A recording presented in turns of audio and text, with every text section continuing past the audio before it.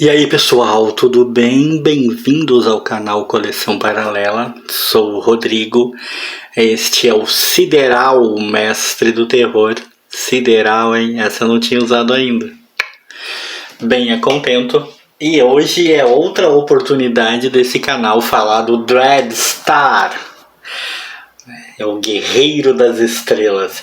Eu digo que é outra oportunidade porque esses mesmos quadrinhos já apareceram aqui no vídeo de quando as suas aquisições e porque eu tenho uma outra edição do Dreadstar que está em algum lugar aí da minha coleção e que eu sinceramente não vi necessidade de ir atrás só para mostrar ela junto aqui destas aqui, até porque, se não me engano, ela já apareceu num vídeo aí do canal. O que eu achei necessário, o que eu achei interessante fazer foi falar um pouco mais sobre as minhas impressões sobre esse quadrinho que me causa sempre uma certa familiaridade, um certo sentimento nostálgico e de conforto. É estranho, né? Todos esses adjetivos às vezes parece que nem coadunam bem, que nem fazem muito sentido, parecem exagerados, mas é isso mesmo.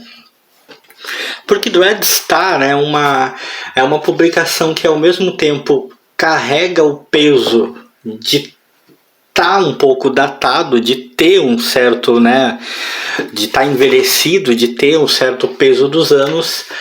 Ele ainda é extremamente gostoso de ler e ele traz algumas coisas, não só memória afetiva, mas uma própria sensação, uma maneira de como ele é feito que é para poucos. Dreadstar, uma publicação da editora Globo, uma das tantas tentativas da editora Globo na época de lançar quadrinhos que fizessem algum sucesso, que é nos anos 90, início dos anos 90.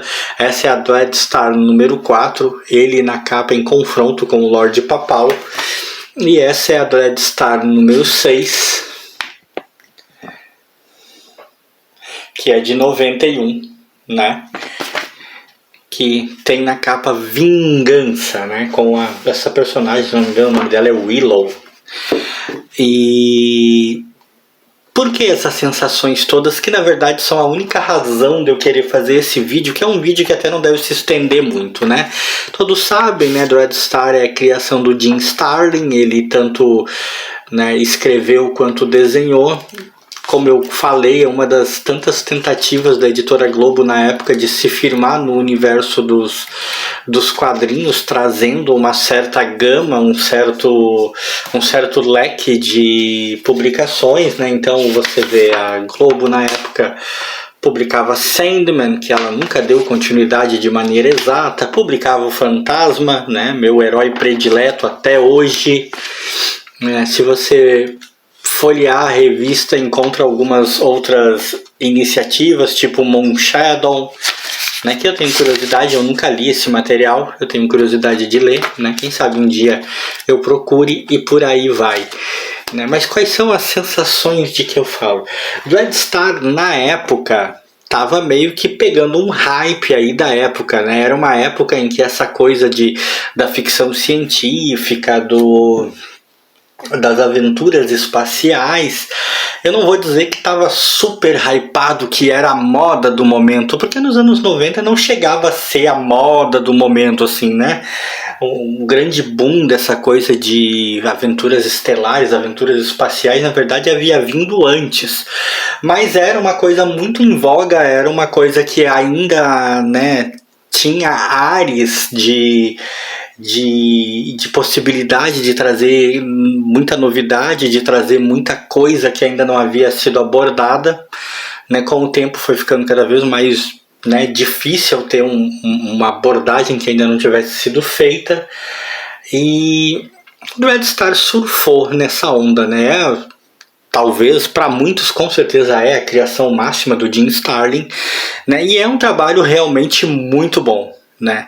Eu gosto muito do estilo de arte do Starlin, né? Que é um estilo bastante reconhecível. Eu costumo dizer que eu não tenho um olho bom para reconhecer a arte, né? Não são todas as artes que eu observo e eu já penso, nossa, olha, né? Esse aqui é do fulano, esse é do ciclano, mas a arte do Jim Starlin é bem reconhecível, a maneira como ele desenha, a anatomia que ele dá aos personagens é bem reconhecível. Inclusive eu acho o Lorde Papal me lembra muito Thanos, fisicamente falando, tipo, pescoço para baixo, né? Eu tenho muito essa impressão a respeito dele. E o quadrinho era muito bem construído, né? Uma história de redenção, de heroísmo e de vingança, de rebeldia.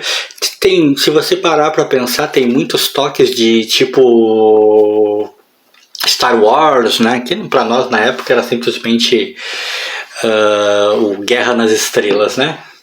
Não tinha essa coisa de ficar falando Star Wars, né? Mas tinha uma coisa disso, né? A luta de um grupo rebelde contra um grande império. Eu gosto de alguns termos até hoje. Eu gosto, por exemplo, eu acho muito interessante quando eles falam a Igreja da Instrumentalidade. Cara, esse nome eu acho muito foda, eu acho muito legal. Uma outra coisa que me chama atenção sempre no material do Dreadstar, quando eu tenho a oportunidade de ler, e eu sempre procuro ler assim, em formatinho, quase nunca cai um na mão, mas quando cai é o que eu quero, é o fato de que, por mais que esteja abordando um futuro, né, um universo onde a tecnologia está muito adiante da nossa, com naves espaciais, com teleporte, com, né, viagem espacial, e um universo no qual ainda existe magia, ainda existe misticismo e tal, muita coisa é familiar, é reconhecível.